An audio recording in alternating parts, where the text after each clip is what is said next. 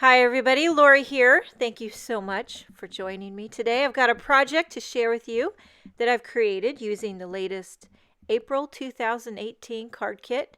It's a beautiful spring themed kit with lots of fun products inside, including this butterfly stencil.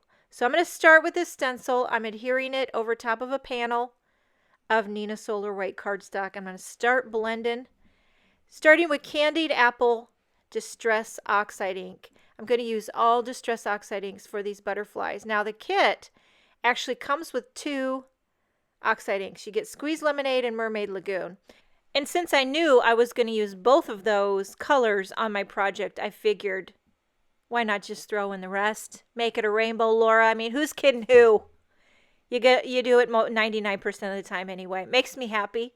And if it makes me happy, I figure it makes you happy. I hope it does.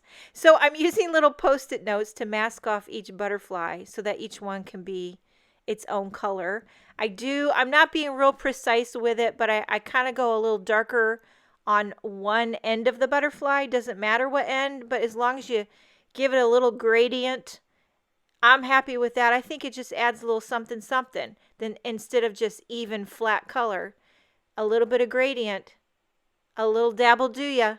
So now I'm moving on to my favorite color in the whole wide world, Twisted Citron. I just love this color. And I've said before, if you do struggle with ink blending, Distress Oxide inks are the way to go, especially if you're going to use a stencil. It's almost hard to make a mistake with Distress Oxide inks and a stencil. It's just effortless, very forgiving. So now I just did one with Cracked Pistachio. And now I'm moving on to Mermaid Lagoon. So this card is very straightforward. Nothing fancy schmancy, no highfalutin techniques. I almost didn't do a video because sometimes I debate on whether or not my project is video worthy. You know, I feel like I have to have something out of the box or something unique that would make somebody think, how did she do that, in order to make a video. But today's video is just very simple. No muss, no fuss. Easy peasy lemon squeezy. I did take that stencil, I cleaned it off, and now I'm going back in and adding a few more butterflies here or there. I felt like it just needed some, maybe like overlapping of, I like to overlap the butterfly, add a little more color. I am really running the risk right now of overdoing it. You ever working on a card and you're like, it needs something else, I'm not sure what it needs, and you keep adding to it, and you start to run the risk of overdoing it. And that's right about where I am right now. Don't want to overdo it. Also, don't want to overthink it. Sometimes you just got to roll with it. I think you could do some fun things with this butterfly stencil. You see how there's solid butterflies? There's also like detailed swirly butterflies.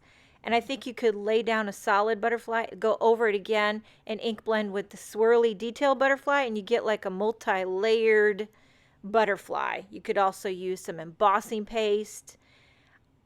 Really cool things that can be done with the stencil. I'm not sure if it could also be used with these butterflies in the stamp set, but I'm going to use this. It's called the Beautiful Day stamp set. Also comes in the kit. I'm going to die cut a little window frame to frame my sentiment using one of the stitched oval dies by Simon Says Stamp. So I'll take it off camera, run it through the Big Shot, and then I'm going to put this all together to stamp the sentiment. So I'm laying this over top of a white card base, putting that insert back in. And then I'm going to take the sentiment from the Beautiful Day stamp set, inking that up with VersaFine Onyx Black ink, stamping that down using the Mini Misty, in case you got to stamp it twice to get a nice crisp black impression. Then I'm going to take the big panel and pop it up with some foam tape. For the sentiment panel, I'm going to adhere that with my Kikuyo tape runner. And this is going to give you that little bit of dimension, although you keep the design intact, like all the butterflies are still there, but it kind of gives you that oval frame to frame your sentiment. Now to finish it off, I added a few Nouveau Jewel drops in coordinating colors, keeping that rainbow vibe going. I love how these look with the butterflies. Make sure and check out the April 2018 card kit with Simon Says Stamp.